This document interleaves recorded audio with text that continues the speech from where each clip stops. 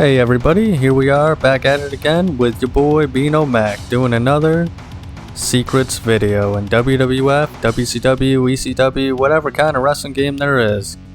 So in this one we're going to be focusing on WWF Smackdown 2 Know Your Role for the PlayStation 1. Now this one's going to be separated into two parts here, as there was quite a lot of content. In this one there is going to be quite a few glitches in here. For me, the original SmackDown almost always felt like a beta title to the original SmackDown 2.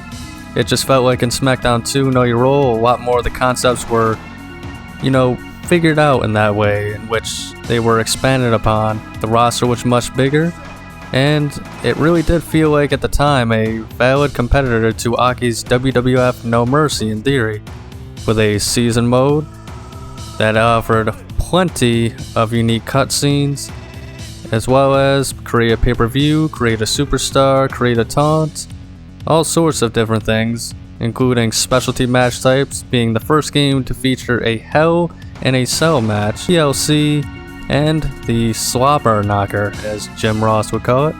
But with that little bit of history out of the way, let's get right into the secrets and facts about WWF SmackDown 2 Know Your Role.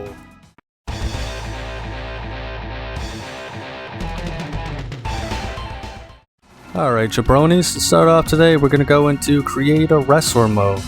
Now in this one, I'm going to show you a way on how to get a buttload of ability points.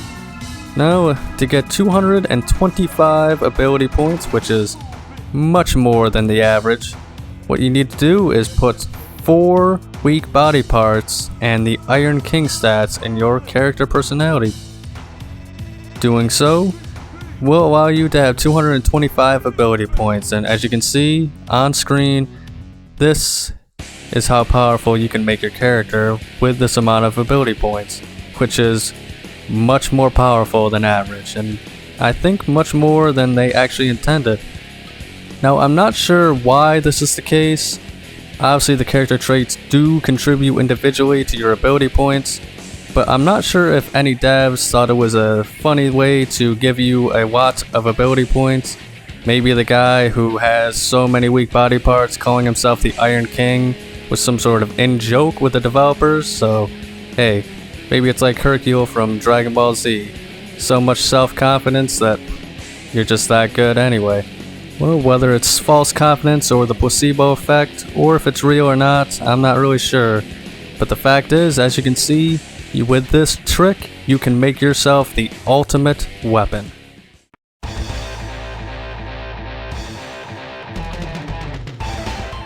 Right now, next we're going to go into secret rooms.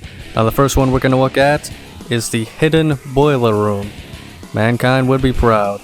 Now to access this room, you must start in the basement floor, the same one where everybody seems to get jumped in season mode. Now in order to access this room, you must throw your opponent into this cage fence next to a door that leads into the parking lot. Once you do so, you will see that you can now access a hole that was created after ice whipping your opponent into the fence. Once you're in there, you will notice that it is mostly just kind of a square with some crazy noises going on. Pipes pulling out smoke and whatnot. But it's still pretty cool, and you can have hidden boiler room matches. Whether you're Mankind or just another guy, it is a very fun addition. It is worth noting that this will not show up in the area select when you are playing a Anywhere Falls match. Although another interesting note is you can see superstars meeting up in the boiler room at times, going over secret plans or schemes, planning to attack others.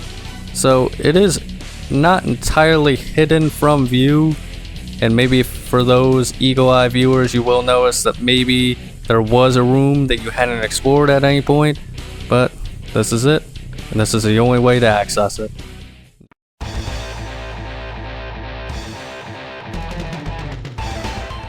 Now our second room is actually alluded to in the hallway. Now you also cannot access this in the Anywhere Falls match from the areas option. To do this, you must go backstage, head upstairs into the hallway. You will notice a closed off, taped off room labeled the shower room. Now, in order to get into this room, you must head to the room next to it, which should be the gym.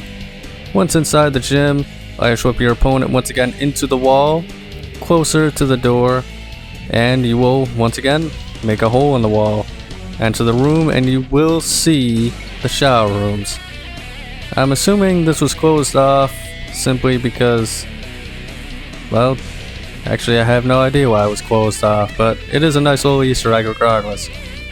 When you do moves, you can't see the wall, the door is still there, and you will see some graffiti as well, so here's some good camera angles of the room.